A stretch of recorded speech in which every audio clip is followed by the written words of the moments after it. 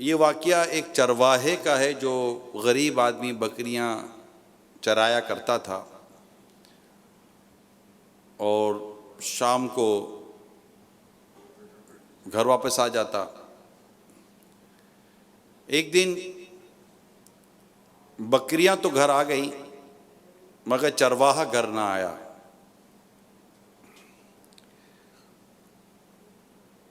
रात हो गई, बेटा भी तलाश कर रहा है, घर वाले तलाश कर रहे हैं, मगर उसका कोई पता मिला नहीं। रात भर इंतज़ार में गुजरी, सुबह उजाले में फिर ढूंढने चले। ढूंढते ढूंढते एक दरिया के किनारे पानी का चश्मा था, उसकी लाश मिली। और लाश इस तरह मिली कि उस पर गोलियों के निशान थे, यानी बदन यानी फायर हुआ था, गोलियां मारी गई थी उसको, और वो वहीं पर उसकी मौत वाकई हो गई थी। अब इन्वेस्टिगेशन शुरू हुई कि मामला क्या है। घर वालों से पूछा गया कि कोई दुश्मनी, तो बता सीधा साधा सा आदमी था, नॉर्मल था, घर आ जाया करता था, कोई ऐसी खास इसकी दुश्मनी याद नहीं पड़ता कि कोई लड़ाई झगड़ा ऐसा कभी हुआ। हाँ, अलबत्ता एक आध ऐसा चरवाहा था जो कभी कभी इनकी और वो हो जाया करती थी, लेकिन अब इसका भी ये ऐसी कुछ नहीं थी। मगर मसला ये कि चरवाहों में हो जाती थी लड़ाई, वो पानी पिलाने पर होती थी। वो बोलते पहले मेरी बकरियां पानी पींगी, तो पहले मेरी बकरियां पानी पींगी, तो इस तरह मतलब के लड़ाइयाँ इस तरह की हो जाया करती थी। मगर नॉर्मल किस्म की लड़ाइयाँ होती थी, कोई जान लेने वाली तो होती नहीं थी। मगर घर वालों ने कहा कि वो किसी एक के साथ ऐसा वाक़या हो जाता था। तो इन्वेस्टिगेशन हुई, तफ्तीश हुई, उसको पकड़ा गया।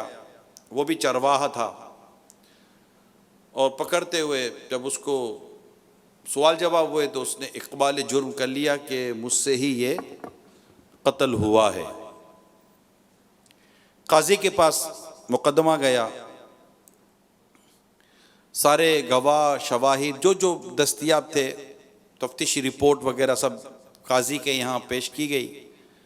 काजी ने सज़ाए मौत, कत्ल का जो अंजाम था वो सज़ाए मौत थी। लेकिन काजी के फैसले में एक शर्त ये लगाई गई कि काजी ने कहा कि जिसका कत्ल हुआ है, मकतूल, इसका एक बेटा है जो भी छोटा है।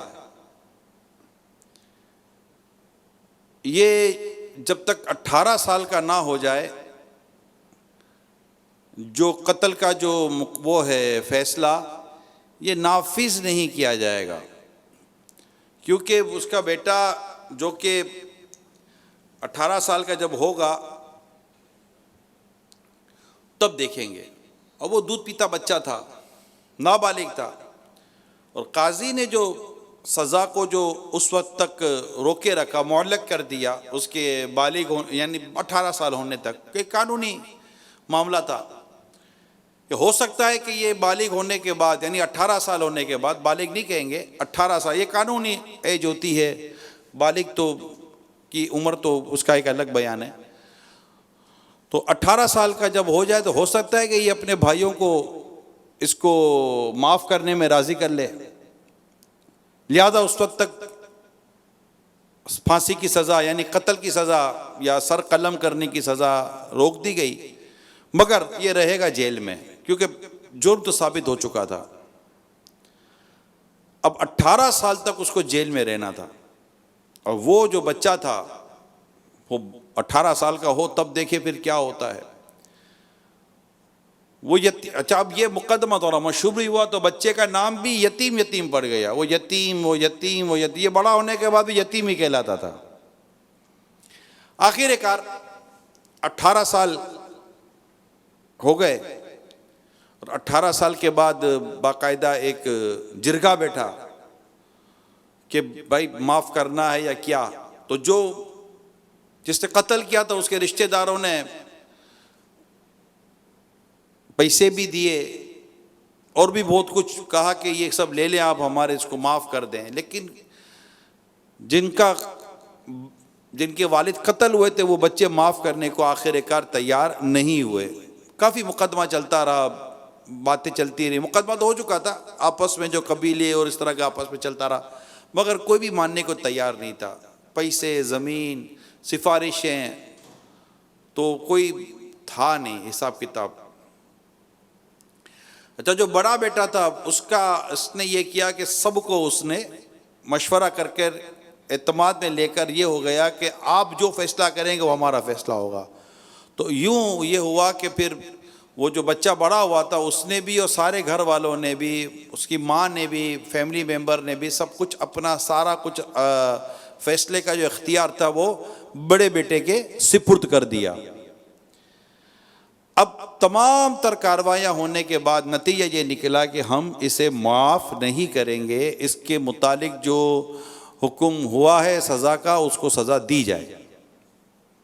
खैर, पुलिस वालों ने भी उसको यही कहा कि भाई अब तो सारा मामला ख़त्म हो गया और अब आपकी माफ़ी के सारे रास्ते बंद हो चुके हैं, लिहाजा अब कल आपको सज़ा दी जाएगी। वो शख्स कहता है ये सज़ा का सुनने के बाद मुझे कोई बहुत ही ज़्यादा सदमा नहीं हुआ, क्योंकि 18 साल मुझे जेल में ही हो गए थे।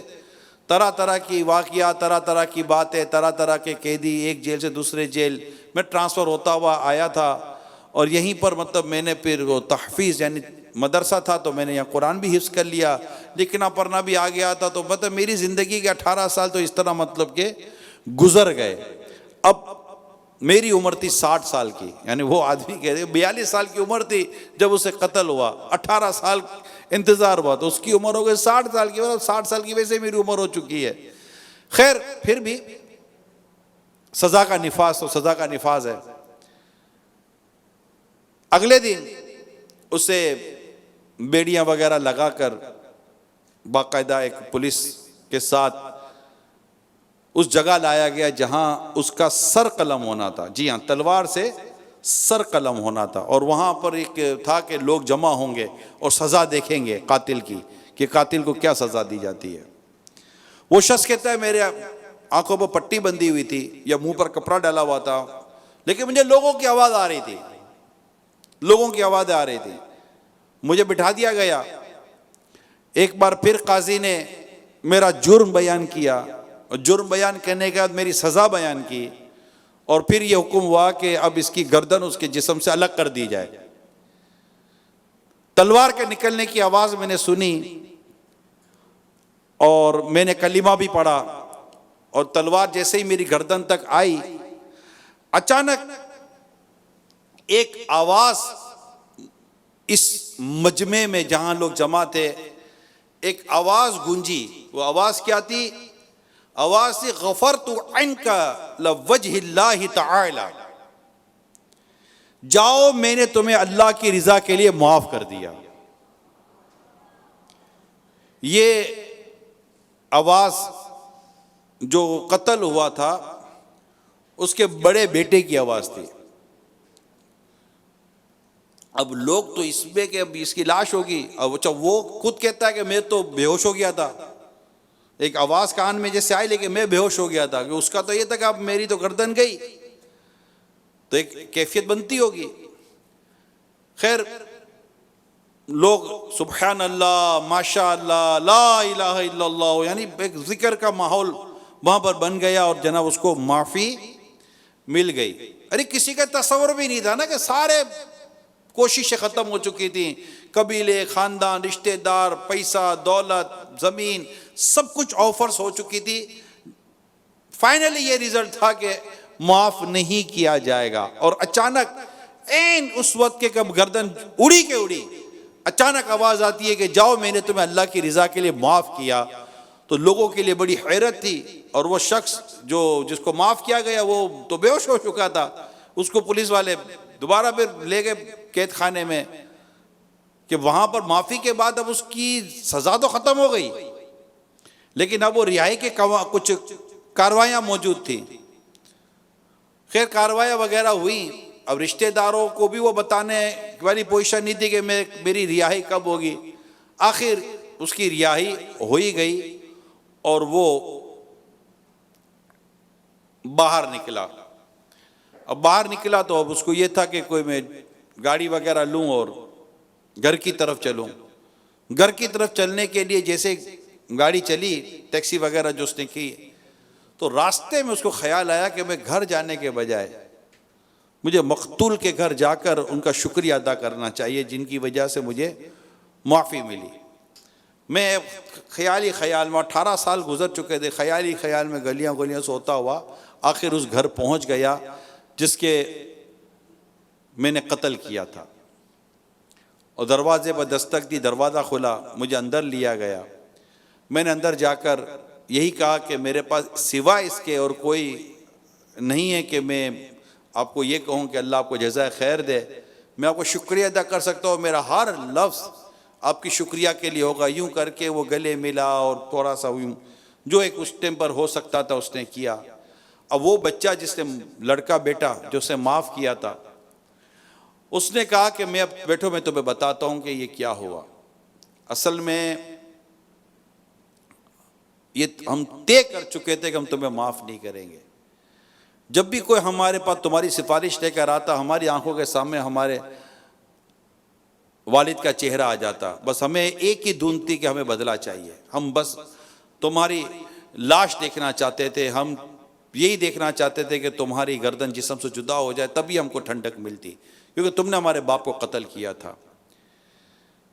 हमें हर तरह की ऑफरें हुई, हर तरह की सिफारिश हुई, लेकिन नहीं जहन बनता था। लेकिन एक दिन ऐसा हुआ कि मैं बैठा था तो मुझे ख्याल आया, तो मैंने अपने सारे घर वालों को जमा किया और मैंने कहा कि अगर हम इस कातिल को माफ़ कर देते हैं तो ये माफ़ करने का सारा सवाब हम अपने वालिद साहब को सदका ना कर दें,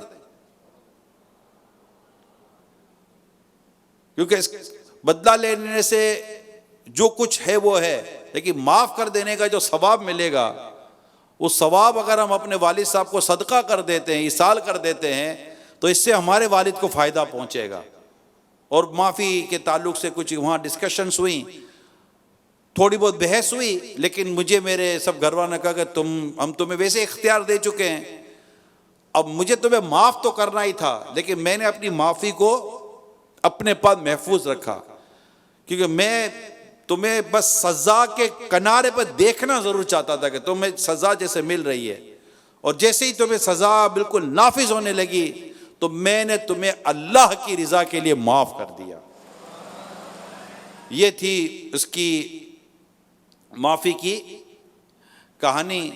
और यूँ मतलब कि ये सारा मामला हुआ तो उसने कहा कि अगर मुझे तारीफ़ लेनी होती, मुझे लोगों से मालो दौलत लेनी होती, मुझे कोई शोहरत लेनी होती, तो मैं लोगों की हाँ जी जनाब देख लेते हैं, कर लेते हैं। हमें कुछ भी नहीं करना था, हमें लाखों लाख पैसों की ऑफरें हुई, लेकिन हमें कुछ नहीं करना था। हमें बस इस माफ़ी के ज़रिए अपने रब की रज़ा हासिल करनी थी, इसके लिए हमने तुम्हें माफ़ किया। अगरचे अब ये वाक्य तो सारा बयान हो गया प्यारे इस्लाम भाइयों, अगरचे इस शख्स ने शोहरत के लिए माफ़ नहीं किया, मगर आज बरसों गुजरने के बाद भी इस वाक़े की वजह से उस शख्स की शोहरत मौजूद है, उसे माफ़ कर दिया। जी हाँ मेरे प्यारे इस्लाम भाइयों, कुदरत होने के बावजूद, इख्तियार होने के बावजूद, काबू होने के बावजूद कि मैं बदला ले सकता हूं, माफ कर देना ये हिम्मत वालों का काम है। हमारे आका मक्की मदनी मुस्तफ़ा सल्लल्लाहु ताला अलैहि वसल्लम ने फतेह मक्का के वक्त हमारे लिए एक कितनी ज़बरदस्त मिसाल कायम की कि उस वक्त जितने वो जमातें जिन्होंने मेरे आका सल्लल्लाहु अलैहि वसल्लम को तकलीफ़ें पहुँचा दी, कैसे कैसे लोग जमाते, मगर ला तसरीबा अलैकुमुल यौम फरमा करके आज तुम पर कोई मलामत नहीं, यानी माफ़ कर दिया मेरे आका सल्लल्लाहु अलैहि वसल्लम ने, जाओ तुम सब आज़ाद हो, माफ़ी अता फरमा दी। और एक ऐसी मिसाल कायम कर दी जो रहती दुनिया तक ये मिसाल रहेगी। ऐसी मिसाल, ऐसी माफ़ी की मिसाल कौन ला सकता है? लेकिन रसूल पाक साहिब लौलाक सल्लल्लाहु ताला अलैहि वसल्लम का जिन्हें फैज़ान नसीब हो जाए, बरकतें नसीब हों, आपकी किरदार का उसे सदका नसीब हो, तो मेरे प्यारे से भाइयों वो माफ़ कर दिया करते हैं। माफ़ करना इख्तियार कीजिए, माफ़ कर दीजिए। मुझे बहुत तकलीफ पहुंचाई है, बहुत तकलीफ पहुंचाई है जी, आपको नहीं बता सकता, इसने मुझे बहुत तकलीफ पहुंचाई है, बहुत मुझे मतलब मेरा दिल तोड़ दिया, मेरा यूं कर दिया, मेरा ये कर दिया। अच्छा, बहुत तकलीफ पहुंचाई है, हाँ बहुत तकलीफ पहुंचाई है। आओ फिर मैं तुम्हें एक हदीस सुनाता हूं। सुभान अल्लाह, कुर्बान जाऊं प्यारे आका सल्लल्लाहु ताला अलैहि वसल्लम के इरशाद पर। प्यारे आका सल्लल्लाहु अलैहि वसल्लम फरमाते, रहम किया करो, तुम पर रहम किया जाएगा, और माफ करना इख्तियार करो, अल्लाह ताला तुम्हें माफ फरमा देगा, माफ कर देगा। जितनी बड़ी तकलीफ पहुंचाइए माफ कर दें, दरगुजर से काम लें। अल्लाह पाक अपने प्यारे हबीब सल्लल्लाहु अलैहि वसल्लम से क्या खूब इरशाद फरमाता, खुज़िल अफ़्वा, ए हबीब माफ करना इख्तियार कीजिए, माफ कर दे। जिंदगी का प्रिंसिपल बना लो मेरे प्यारे इस्लाम भाइयों, मद्दी चैनल के नाजरीन, फैज़ान मदीना के हाजरीन, जहां जहां आप देख और सुन रहे हैं, जिंदगी का एक प्रिंसिपल बना लें, एक उसूल बना लें, इदफ़ा बिल्लती हिय अहसन। अल्लाह पाक कुरान करीम में बड़ा खूब इरशाद फरमाता है, ए सुनने वाले बुराई को भलाई से टाल। ये एक जिंदगी का एक मिशन बना लें हम। अल्लाह तौफीक दे, अल्लाह हमें मुस्बत सोच अता फरमा, अल्लाह हमें सब्र दे, बर्दाश्त दे, माफ करने का हौसला, माफ करने का जज्बा दे, सब्र करने का अल्लाह हमें जज्बा दे। जिंदगी का ये प्रिंसिपल बन गया ना, इदफ़ा बिल्लती हिय अहसन, ए सुनने वाले बुराई को भलाई से टाल। इसका नतीजा इतना खूबसूरत है, फ़इज़ल लज़ी बैनका व बैनहु अदावतुन कअन्नहु वलियुन हमीम, जब भी कि तुझ में और उसमें दुश्मनी थी ऐसे हो जाएगा जैसे गहरा दोस्त। कमाल है, माफ कर दें, दरगुजर से काम लें। कितनी बड़ी तकलीफ पहुंचाई, मगर है ना, अफ़ज़लुल आमाल अहमज़ुहा, अफजल अमल वो है जिसमें ज़हमत ज्यादा हो। माफ कर दें। मेरे आका सल्लल्लाहु अलैहि वसल्लम की तरबियत देखिए कि सैयदना सिद्दीक़ अकबर रज़ियल्लाहु ताला अन्हु ने भी माफ़ किया। जब आपकी शहजादी हज़रत आयशा सिद्दीक़ा रज़ियल्लाहु ताला अन्हा पर तोहमत लगाई गई, बहुतान बांधा गया, बाप के कलेजे को कितनी, बाप के दिल को कितनी तकलीफ पहुंची होगी, मगर कुरान करीम क्या खूब इरशाद फरमाता है, वल याफ़ू वल यस्फ़हू, चाहिए कि माफ़ करें और दरगुजर से काम लें। सिद्दीक़ अकबर रज़ियल्लाहु ताला अन्हु ने माफ़ कर दिया जिन्हें माफ़ करना था, दरगुजर से काम लिया जिनसे दरगुजर करना था, इनसे वो सिले रहमी का सिलसिला आपने जारी रखा। मेरे प्यारे इस्लाम भाइयों, हमारे इस्लाम की ये जो खूबसूरत तालीम है ना, माफ़ कर देना, माफ़ कर देना, दरगुजर से काम लेना, इतनी खूबसूरत तालीम, माशरा कितना खूबसूरत हो जाए। बात बात में बदला लेना, देख लूंगा क्या समझता है, जानता नहीं है मुझे, भाई दी जानता था, आप जान गए, बदमाश हो यार, अब क्या तरिया मार रहे हो, क्या बदमाशियां कर रहे हो। भाई हम इंसान हैं, इंसान है, इंसानों में रहते हैं, इंसानियत के साथ ही रहना होगा हमें, और क्या जिंदगी का हम अंदाज इख्तियार करेंगे।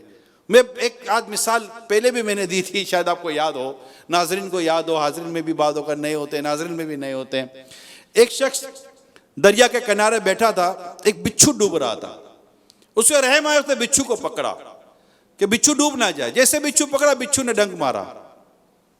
अब बिच्छू का काम क्या है, डसना, उससे डंक मार दिया, डंक मारा, उसे छोड़ दिया, तकलीफ हुई, जैसे तकलीफ हुई उसे छोड़ दिया, और देखो फिर डूब रहा है, उसे फिर रहम आया, उसे फिर पकड़ लिया, डूबना नहीं चाहिए, उसे अपनी फितरत, उसे फिर उसको तकलीफ पहुंचाई, उसे फिर छोड़ दिया, उसको फिर रहम आया, डूबना नहीं चाहिए, फिर पकड़ लिया। किसी ने कहा अजीब आदमी हो, अरे भाई ये हैवान है, हैवानियत से बात थोड़ी कोई आएगा। तो शख्स जवाब देता है, जब ये हैवान होकर हैवानियत से बाज ना आए, मैं इंसान होकर इंसानियत से कैसे बाज आ जाऊं। एक समझाने के लिए बात की गई है, ये समझाने के लिए बात की गई है। सुभान अल्लाह। प्यारे आका सल्लल्लाहु ताला अलैहि वसल्लम की हदीस सुनिए। सदका देने से माल कम नहीं होता, और बंदा किसी का कसूर माफ करे तो अल्लाह पाक उस माफ करने वाले की इज्जत ही बढ़ाएगा, और जो अल्लाह के लिए तवाज़ो यानी आजिज़ी करे अल्लाह पाक उसे बुलंद फरमाएगा। हज़रत सैयदना मूसा कलीमुल्लाह अला नबीना व अलैहिस्सलाम ने अर्ज़ की, ए रब्बे करीम, तेरे नज़दीक कौन सा बंदा ज़्यादा इज्जत वाला है? फरमाया, वो जो बदला लेने की कुदरत के बावजूद माफ कर दे, कुदरत के बावजूद माफ कर दे। हज़रत सैयदना जरीर रज़ी अल्लाह ताला अन्हु से मरवी है, रसूल पाक सल्लल्लाहु अलैहि वसल्लम ने इरशाद फरमाया, जो रहम नहीं करता उस पर रहम नहीं किया जाता, और जो माफ नहीं करता उसको माफ नहीं किया जाएगा। हज़रत सैयदना उक़बा बिन आमिर रज़ियल्लाहु ताला अन्हु कहते, मैंने रसूल पाक सल्लल्लाहु अलैहि वसल्लम की मुलाकात का शर्फ पाया। मुलाकात हुई तो फौरन हुजूर सल्लल्लाहु अलैहि वसल्लम का मुबारक हाथ थाम लिया, और आपने मेरे हाथ को जल्दी से पकड़ लिया। फिर फरमाया, उक़बा, दुनिया और आखिरत के अफजल अखलाक ये हैं कि तुम उसको मिलाओ जो तुम्हें जुदा करे, और जो तुम पर जुल्म करे उसे माफ कर दो, और जो ये चाहे कि उम्र में दराजी यानी उम्र बढ़े, रिस्क में कुशादगी, वो अपने रिश्तेदारों के साथ सिले रहमी यानी अच्छा सलूक करे।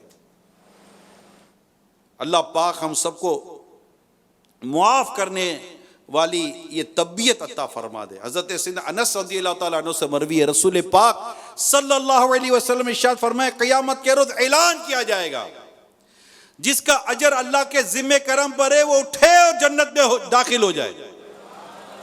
पूछा जाएगा किसके लिए अजर है, तो ऐलान करने वाला कहेगा उन लोगों के लिए जो मुआफ करने वाले हैं।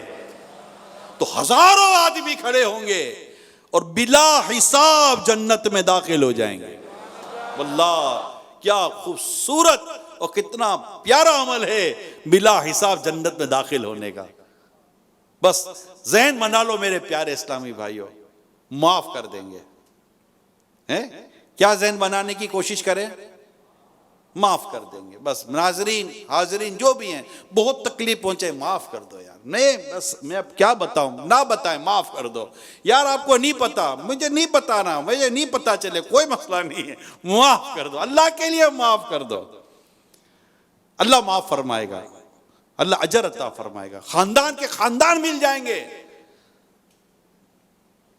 माफ करें, मिल जाएं। अगर कोई माने शरई नहीं है, कोई शरई रुकावट नहीं है, मिल जाएं। बस मिलने की बात करो प्यारे से भाइयों, मिलने की बात करो, टूटने की अलग हो जाने की बातें मत करें। अल्लाह पाक हम सबको माफ करने की तौफीक अता फरमाए। जब भी आपके पास कोई माफी लाए ना प्यारे से भाइयों, माफ कर दिया करें। अल्लाह ताला उसके अपने रहमत से हमारे गुनाह माफ फरमा दे। सल्लु अलल हबीब।